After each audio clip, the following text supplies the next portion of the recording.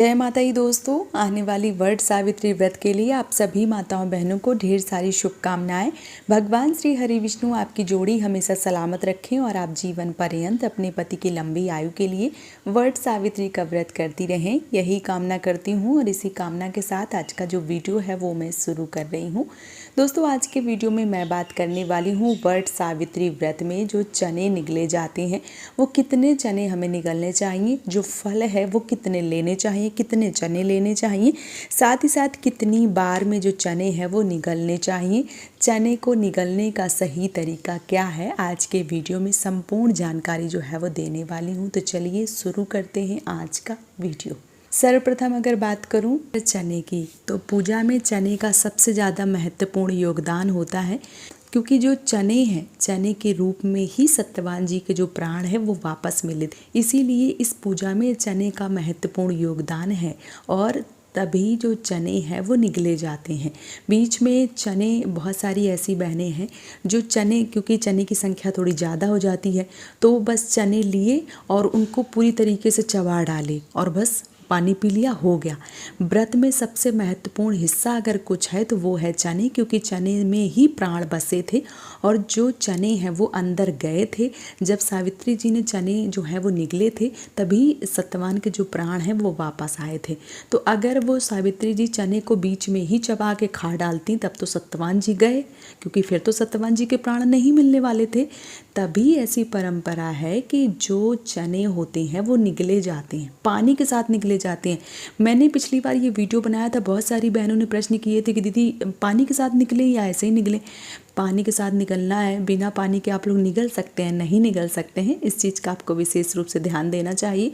तो जो चने हैं वो पानी के साथ ही निगले जाते हैं। साथ ही साथ यहाँ पे मैं बोलना चाहूँगी कि जो चने की संख्या होती है वो अपने अपने घर की परंपरा के अनुसार, या जो घर में बड़े बूढ़े करते चले आ रहे हैं, बहुत सारे लोग उनके हिसाब से करते हैं। तो मैं यहाँ पे अपना भी बताऊँगी कि आपको कितने चने जो है वो निगलने चाहिए और क्यों।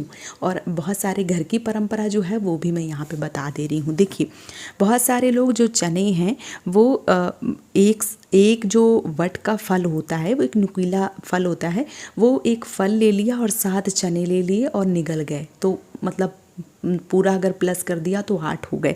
बहुत सारे लोग एक चना और एक फल निगलते हैं। बहुत सारे लोगों के घर की परंपरा के अनुसार जो 11 चने और एक फल है वो लिया जाता है। मैं आपको बता दूं, अगर आपको पता नहीं था, बस आप देखी सुनी बातों पर भरोसा करके 1 फल 2 फल 1 चने 2 चने इस प्रकार से कर रहे थे, तो मैं आपको बता दूं कि 12 चने लिए जाते हैं और 1 वट वृक्ष का फल लिया जाता है। जो नुकीला फल होता है वो फल और 12 चने। 12 चने क्यों लिए जाते हैं? क्योंकि प्रत्येक महीना का 1 चना जो है वो होता है। जैसे आप हिंदी महीनों से चैत्र, बैसाख, ज्येष्ठ, आषाढ़ इस प्रकार से गिने, चाहे आप जनवरी, फरवरी, मार्च, अप्रैल, 12 महीने होते हैं तो 12 महीनों के 12 चने लिए जाते हैं और 1 वट वृक्ष का फल लिया जाता है। जो वट वृक्ष का फल लिया जाता है वो अकाल मृत्यु से बचने के लिए वट वृक्ष का एक जो फल है वो शामिल किया जाता है।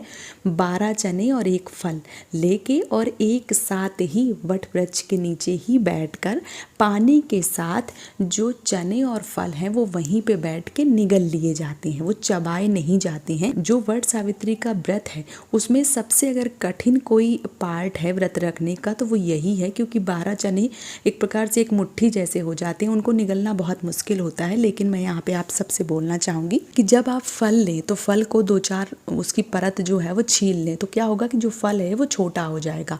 और जो चने हैं, रात में आप जब चने भिगोएं तो सुबह जब भीग जाते हैं चने, भीगने के बाद उसमें से छोटे छोटे जो चने होते हैं वो आप अपने निगलने के लिए अलग निकाल लीजिए और जो चढ़ाने के लिए चने हैं वो आप अलग निकाल लीजिए, ताकि जब आप निगलें तो वो जो चने हैं वो छोटे हों और आपको निगलने में असुविधा जो है वो ना हो, बहुत ही अच्छे से जो चने हैं वो निगल जाएं।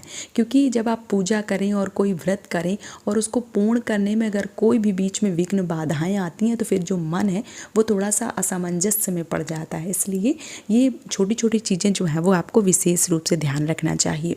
अच्छा, बहुत सारी बहनों के ये भी प्रश्न आते हैं कि दीदी हम जो चने हैं वो अलग ले लें और जो वट का फल है वो अलग निगल लें, तो नहीं, ऐसा नहीं होता है, एक साथ में ही निगले जाते हैं। और वट वृक्ष के नीचे जब आपने पूरी पूजा जो है वो कर ली होती है, कथा वथा सुन लिया होता है, सब पूरी पूजा हो जाती है, उसके बाद वहीं पे बैठ के, वट वृक्ष के नीचे ही बैठ के आपको जो फल है और जो चने हैं वहीं पे निगल लेना होता है और भगवान को प्रणाम करना होता है। सबसे पहले अगर हम कोई चीज़ जो है वो खाते हैं तो वो चने और जो फल है वही खा के जो पानी है वो पीते हैं, मतलब चने को निगलते हैं और उसके बाद ही जो पानी है वो पीते हैं। तो जो चने वाला महत्वपूर्ण भाग है उसका हमें विशेष रूप से ध्यान रखना चाहिए कि हमें जो 12 चने और एक फल है वो लेना चाहिए, साथ ही साथ एक बार में निगलना चाहिए, पानी के साथ निगलना चाहिए, और दूसरी बात उसको चबाना जो है वो बिल्कुल भी नहीं चाहिए। इस बात का आपको विशेष रूप से ध्यान रखना चाहिए। तो उम्मीद करती हूँ कि चने के बारे में ये वीडियो आप सबके लिए काफ़ी ज़्यादा मददगार रहा होगा।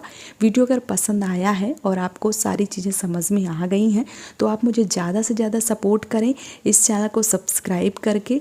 और अगर आपको वीडियो पसंद आ रहा है और आप अगर किसी के साथ शेयर करना चाहती हैं तो इस वीडियो को ज़रूर शेयर करें ताकि मेरी भी मदद हो और जानकारी जो है जिनको ज़रूरत हो उनके पास पहुंच सके।